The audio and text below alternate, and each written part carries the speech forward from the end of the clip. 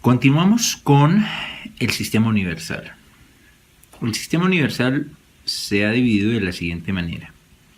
Principales instrumentos y órganos de protección: la Carta de las Naciones Unidas, la Declaración Universal de los Derechos Humanos, el Pacto Internacional de Derechos Civiles y Políticos, el Pacto Internacional de Derechos Económicos, Sociales y Culturales. Otros instrumentos específicos de protección que ya he mencionado: el papel del Consejo de Derechos Humanos, del Alto Comisionado de las Naciones Unidas para los Derechos Humanos, del Comité de Derechos Humanos, del Comité de Derechos Económicos, Sociales y Culturales, y finalizamos con mecanismos de protección extraconvencionales en el sistema universal. En primer lugar, hay que decir que dentro del sistema universal los principales instrumentos están detallados claramente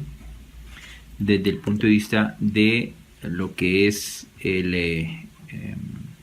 la Declaración Universal de los Derechos Humanos de 1948, el Pacto Internacional de Derechos Civiles y Políticos, el Pacto Internacional de Derechos Económicos, Sociales y Culturales del 66. También encontramos dentro de esta perspectiva la Convención sobre la Prevención y Sanción del Delito de Genocidio de 1948.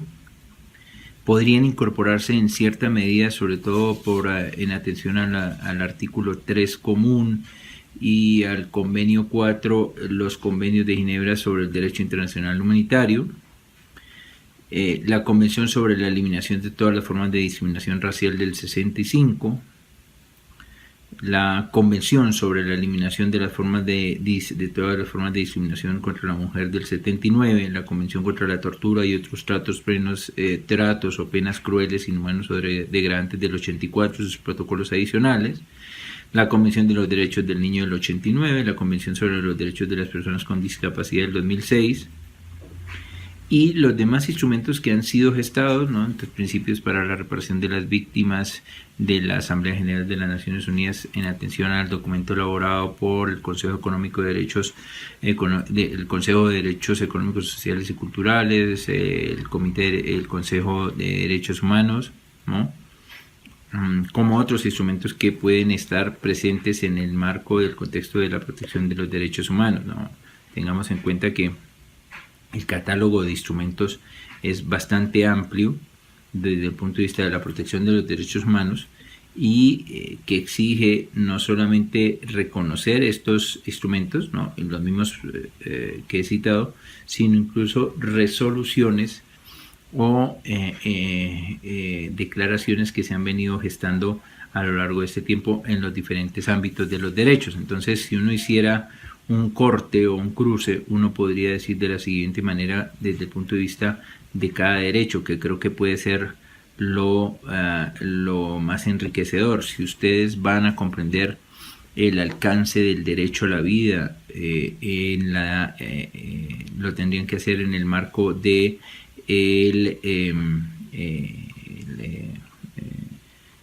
artículo 3 de la Declaración Universal de Derechos Humanos, en el artículo 6 del Pacto Internacional de Derechos Civiles y Políticos, en el artículo 2 de la Convención Europea de Derechos Humanos, en el artículo 1 de la Declaración Americana de los Derechos del Hombre, en el artículo 4 de la Convención Americana de Derechos Humanos, ¿no? Pero que además está sujeto también en la comprensión de la aplicación de penas de muerte, ejecuciones extralegales, arbitrarias o sumarias, por lo que yo señalaba, la resolución 1984/50 25 de mayo del 84, la salvaguardia sobre la protección de los derechos de los condenados de pena de muerte, sobre los principios relativos a la eficaz prevención e investigación de las ejecuciones extralegales, arbitrarias o sumarias, la resolución 1989/65 de 24 de mayo del 89 del Consejo Económico y Social, ¿no?, de las Naciones Unidas. Si hablamos del derecho a la integridad personal, consagrado en el artículo 5.1 de la Convención Americana de Derechos Humanos, podremos encontrar que este se va a cortar con la Convención contra la Tortura y otros tratos o penas crueles, inhumanos o degradantes del 84, lo mismo con lo consagrado en su protocolo facultativo, con la Declaración sobre la Protección de todas las personas contra estos tratos crueles e inhumanos del 75, con resoluciones como la que se gestó en el año 2000 en materia de investigación, los principios básicos del uso de la fuerza del 90, etcétera, etcétera. Si vemos desde el punto de vista del derecho a la igualdad y no discriminación, consagrado en la Convención Americana de Derechos Humanos, consagrado en los artículos 1, 2, 7 de la Declaración Universal de los Derechos Humanos, en los artículos 2.1, 4.1, 24.1, 25 y 26 del Pacto Internacional de Derechos Económicos, Sociales y Políticos, en el 2.2, 7a y en el 7c y en el 10.3 del Pacto Internacional de Derechos Económicos, Sociales y Culturales, en el artículo 2 de la Declaración Americana de Derechos del Hombre, y en los artículos 24, 23, 23.1b, 23.1c y 23.2 de la Convención Americana de Derechos Humanos, uno encontrará un alcance, así como en el convenio OIT de 1998, ¿no? Y en el 189, uno encontrará el alcance de este derecho a la igualdad y a la no discriminación, ¿no? Y lo podrá relacionar con temas de no discriminación entre hombres y mujeres o de violencia contra la mujer, cuando usted analiza, por ejemplo, la Convención sobre la eliminación de todas las formas de discriminación contra la mujer del 79, su protocolo facultativo del 99, la Declaración sobre la eliminación de la discriminación de la mujer, la de los derechos políticos del 52, ¿no? Entre otros, que van a ser normas que serán exigibles y que estarán desde esa perspectiva. Cuando se trata de la igualdad y no discriminación por razón de discapacidad, tengan en cuenta que en el ámbito de internacional, este instrumento que aparece, pues hoy en día está relacionado con la Convención Interamericana para la Eliminación de todas las formas de discriminación contra las personas con discapacidad del 99, y es esencial porque esta convención va a dar un estatus relevante a lo que son los instrumentos de protección de la persona humana por razón de su condición, sin perjuicio de sus limitaciones a la hora del ejercicio de sus derechos. En temas raciales, étnicos, religiosos, también tenemos que la Declaración Universal de los Derechos Humanos, el 16.1, establece la protección de esa igualdad. En el Pacto Internacional de Derechos Civiles y Políticos, en el 22 y en el 27, en el Pacto Internacional de Derechos Económicos, Sociales y Culturales, en el artículo 13.1. En la Convención Americana de Derechos Humanos lo podemos encuadrar en el artículo 13.5, y que tendrá relación con la Convención Internacional sobre la eliminación de todas las formas de discriminación racial del 66, sobre la Convención Internacional sobre la represión y castigo del crimen del apartheid del 73, la Declaración sobre la raza y los prejuicios raciales del 78, la Declaración sobre la eliminación de todas las formas de intolerancia y discriminación fundada en religión o convicciones del 81, en la Declaración sobre los Derechos de las Personas pertenecientes a minorías nacionales, étnicas, religiosas o lingüísticas del 92, entre otros. Cuando se trata de igualdad y no discriminación por origen nacional, se ha citado el caso de personas dominicanas y haitianas, entonces en la Declaración Universal de los Derechos Humanos se encuadraron el 2.2, en el Pacto Internacional de Derechos Civiles y Políticos en el 22 y en el 27, artículos 22 y 27, en la Convención Americana de Derechos Humanos en el artículo 13.5, entre otros, que además tienen relación con otros instrumentos internacionales. Cuando se trata de igualdad y discriminación por razones de orientación sexual e identidad de género, entonces tenemos nosotros que esto está en fase de consolidación. Entonces está el caso Duque contra Colombia, ¿no? Estuve empleando aquí el libro del profesor Jaime Orlando Santofimio, la convencionalidad, donde se trabajó lo relacionado con la violación del derecho a igual protección ante la ley y no discriminación. Entonces, acceso a la pensión de sobreviviente a pareja del mismo sexo negada por particular que administra Fondo Público de Pensiones. El estándar de convencionalidad aquí es del artículo 24 de la Convención Americana de Derechos Humanos, artículo 24 que exige, entre otras cosas, que se reconozca la igualdad de acceso a los ámbitos pensionales a personas del mismo sexo. Igualdad en temas de edad, que lo podremos encuadrar desde el punto de vista de la protección del artículo 4.5 de la Convención Americana de Derechos Humanos. En el tema de derechos del niño, entonces la Declaración Universal de los Derechos de los Derechos Humanos, artículo 25.2, el Pacto Internacional de Derechos Civiles y Políticos, artículos 24, 10, 2b, 10, 3, 14.4, el Pacto Internacional de Derechos Económicos, Sociales y Culturales en el artículo 10.3, 12.2a, y en la Declaración Americana de Derechos Humanos el artículo 7 y en la Convención Americana de Derechos Humanos no solo el 19 sino el 4.5, el 5.5, el 13.4 y el 17.5, que además se corresponden con el convenio sobre la edad mínima de admisión al empleo del 73, el convenio de protección de los niños del año 89 y demás normas que establecen sobre trabajo infantil y otras situaciones. La igualdad ante la justicia, ¿no?, que es importante. Entonces, en la Declaración Universal de los Derechos Humanos, en el artículo 10, ¿no?, en el Pacto Internacional de Derechos Civiles y Políticos, en el 14.1 y 14.3, en la Declaración Americana de Derechos del Hombre en el artículo 26 y en la Convención Americana en el artículo 8.2. En la igualdad de acceso a las funciones públicas garantizada en el artículo 21 de la Declaración Universal de Derechos Humanos,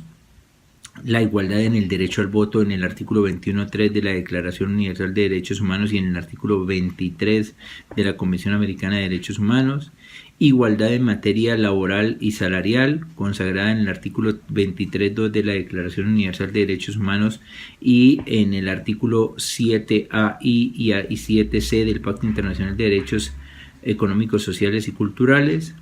La igualdad en el tema de enseñanza, consagrada en el artículo 26.1 de la Declaración Universal de los Derechos Humanos, ¿no?, y también en el artículo 12 de la Declaración Americana de Derechos Humanos. La igualdad de derechos de cónyuges, consagrado en el 16.1 de la Declaración Universal de los Derechos Humanos, en el 23.4 del Pacto Internacional de Derechos Civiles y Políticos, y en los artículos 17.2 y 17.4 de la Convención Americana de Derechos Humanos. El tema de derechos lingüísticos en el artículo 2.1 de la Declaración Universal de Derechos Humanos, en el artículo 27 del Pacto Internacional de Derechos Civiles y Políticos y en el 13.5 de la Convención Americana de Derechos Humanos. La libertad, que tiene amplia connotación, entonces su regulación general en los artículos 1, 3, 4 y 9 de la Declaración Universal de los Derechos Humanos, en el 9 y 19 del Pacto Internacional de Derechos Civiles y Políticos, en el 1 y 25 de la Declaración Americana de Derechos Humanos, en el 7 de la Convención Americana de Derechos Humanos y en otros instrumentos. El derecho a la libertad de pensamiento, conciencia y religión, que está consagrado en el 18 de la Declaración Universal de los Derechos Humanos, en el 18 en el Pacto Internacional de Derechos Civiles y Políticos, en el 3 de la Declaración Americana de Derechos Humanos, en el 12 y 13 de la Convención Americana de Derechos Humanos.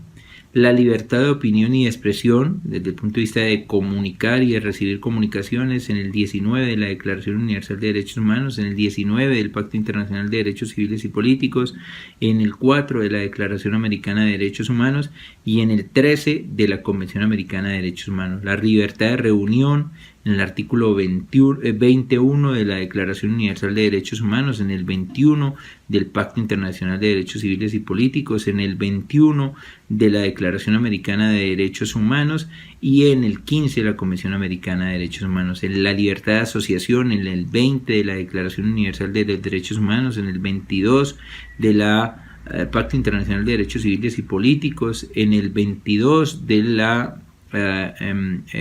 Declaración Americana de Derechos Humanos y en el 16 de la Convención Americana de Derechos Humanos. La libertad de fundar sindicatos y afiliarse, en el 23 en el 23.4 de la Declaración Universal de Derechos Humanos, en el 22.1 y 3 del Pacto Internacional de Derechos Civiles y Políticos, en el 8 del Pacto Internacional de Derechos Económicos, Sociales y Culturales, en el 22 de la Declaración Americana de Derechos Humanos, ¿no? La libertad de investigación científica en el artículo 27.1 de la Declaración Universal de Derechos Humanos,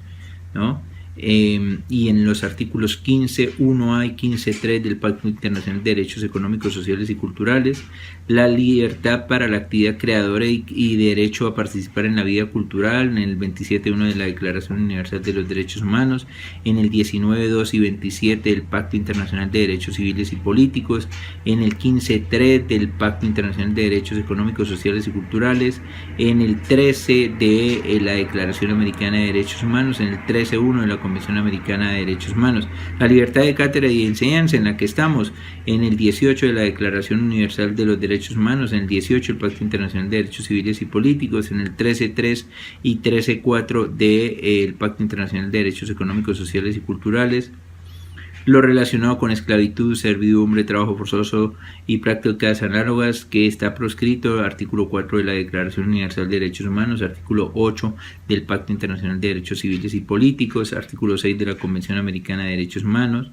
los derechos al honor, a la vida privada y a la honra, ¿no? Que están consagrados el derecho al honor, honra y reputación, artículo 12 de la Declaración Universal de Derechos Humanos y artículo 17 del Pacto Internacional de Derechos Civiles y Políticos, artículo 5 de la Declaración Americana de Derechos Humanos, artículo 11 de la Convención Americana de Derechos Humanos,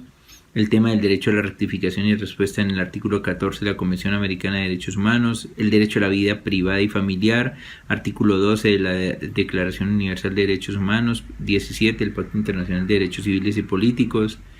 quinto de la Declaración Americana de Derechos Humanos, 11.2 y 11.3 de la Convención Americana de Derechos Humanos, la inviolabilidad del domicilio en el 12 de la Declaración Universal de los Derechos Humanos, 17 del Pacto Internacional de Derechos Civiles y Políticos, 9 de la Declaración Americana de Derechos Humanos, 11.2 y 11.3 de la Convención Americana de Derechos Humanos, el tema del derecho a comunicar y recibir comunicaciones, que ya lo he señalado, el tema de los derechos políticos,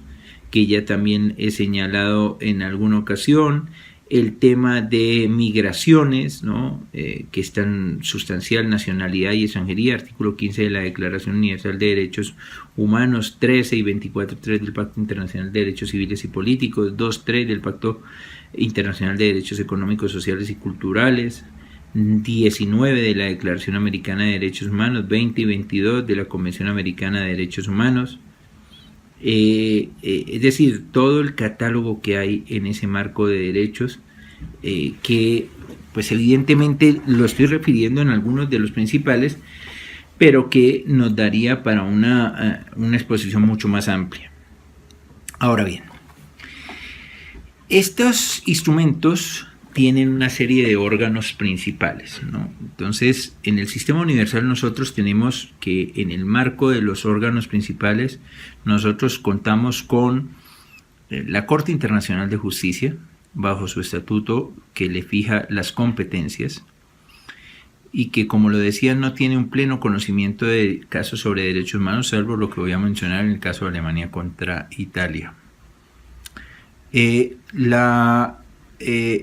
Y dentro de las Naciones Unidas nosotros vamos a encontrar organismos tales como el Comité de Derechos Humanos,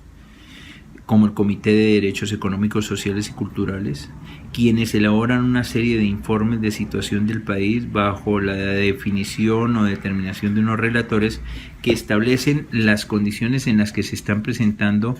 se están implementando, se están cumpliendo con los estándares internacionales por parte de cada uno de los estados. Así como está el Consejo de Derechos Humanos, ¿no? A donde tanto el Comité como el Consejo se pueden someter asuntos para que sean de conocimiento y se determine si están existiendo violaciones,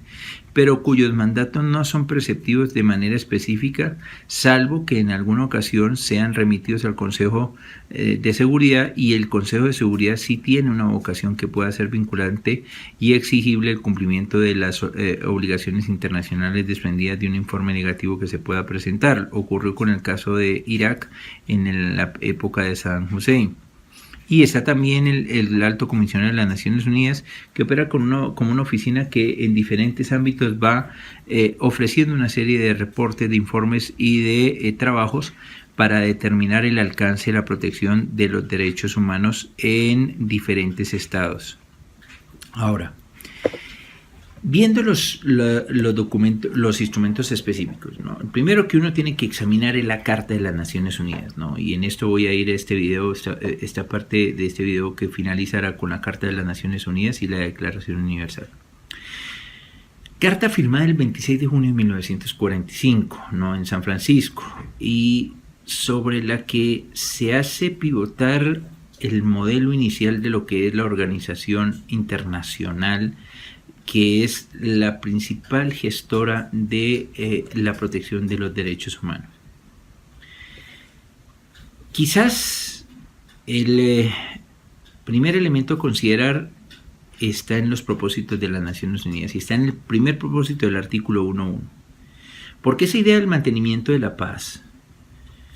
no se puede sustentar sin el reconocimiento pleno de los derechos. Es decir, mientras no se alcance la protección de los derechos humanos, quizás estaremos en un escenario de constante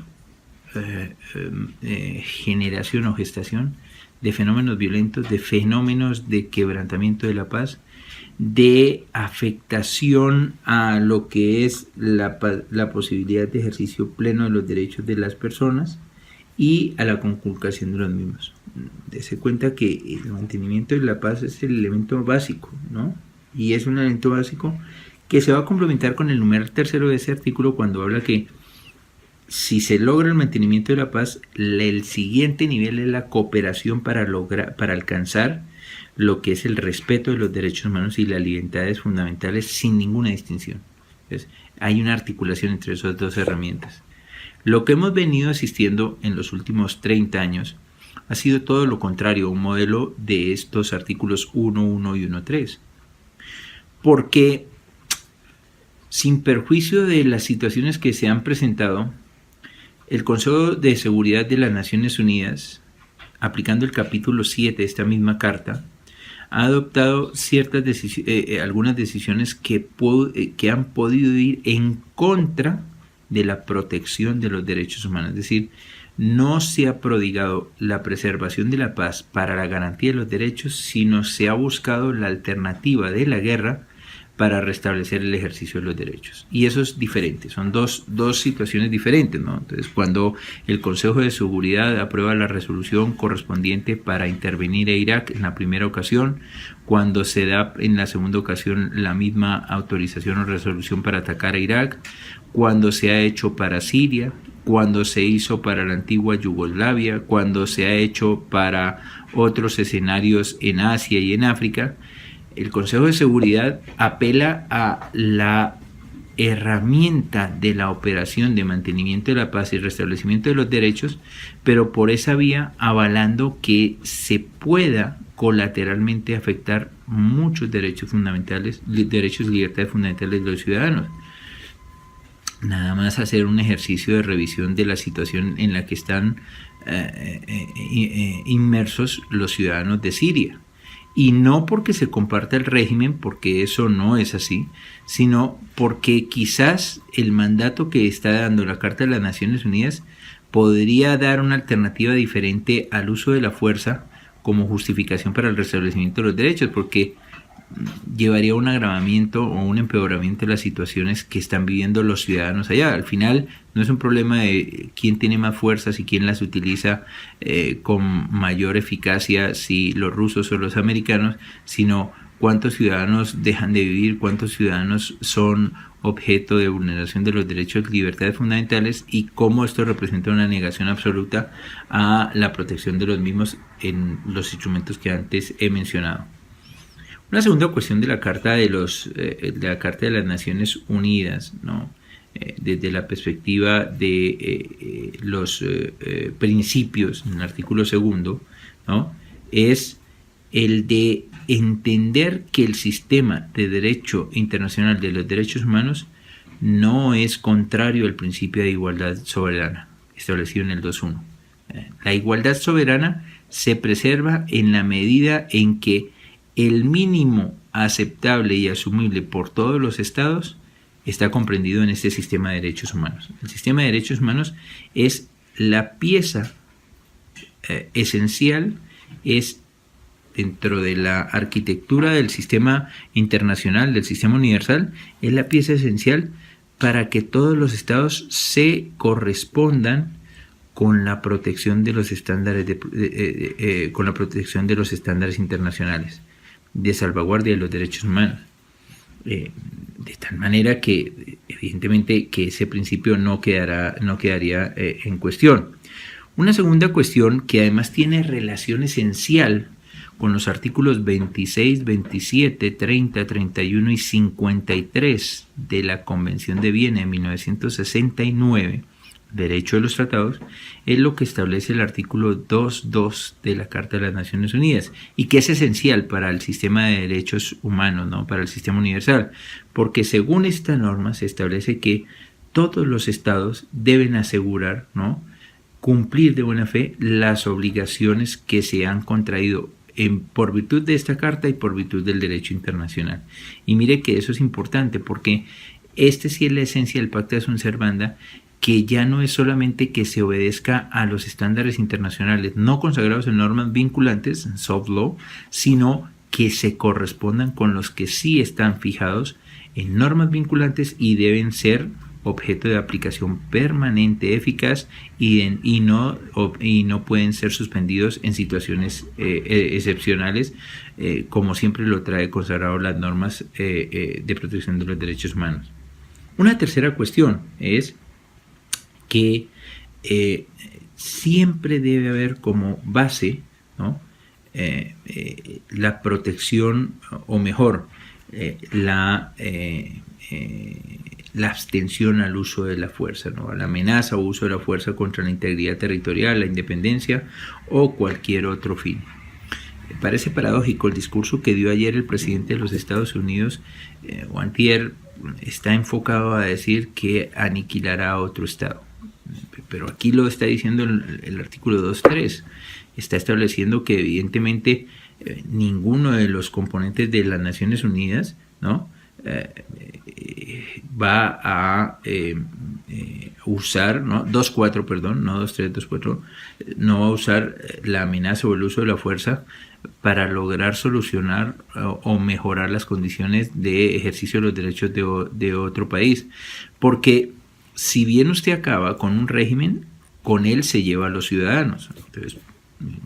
la solución es práctica, la idea del pragmatismo puro, de cortar de raíz el problema, pero se lleva por delante el ejercicio de muchos derechos de los individuos que, sea que lo compartan o no, no están inmiscuidos, y que la misma norma en las Cartas de las Naciones Unidas impide la utilización de esto. Una última cosa de la Carta de las Naciones Unidas, ¿no?, que es importante señalarla, ¿no? Cuando ustedes van al tema de la protección, o mejor, el arreglo de las controversias, es importante saber que esto también está bajo la definición del capítulo 7. El capítulo 7 creo que es un elemento esencial que ha sido objeto de mucha controversia porque ha sido objeto de utilización por parte de las Naciones Unidas para justificar intervenciones militares en las que han terminado desencadenándose múltiples vulneraciones de los derechos humanos. El capítulo 7 se estableció no como una salvaguardia absoluta, sino como una herramienta que buscaba restablecer el quebrantamiento de la paz, los actos de agresión, ¿no?, el de reequilibrar las fuerzas y permitir que haya una mejora en las condiciones de ejercicio de la democracia, de las instituciones políticas y del desarrollo de los ciudadanos en un país que esté siendo objeto de una situación de este tipo, pero no de ampararse indiscriminadamente el ejercicio del mismo para crear toda una afectación.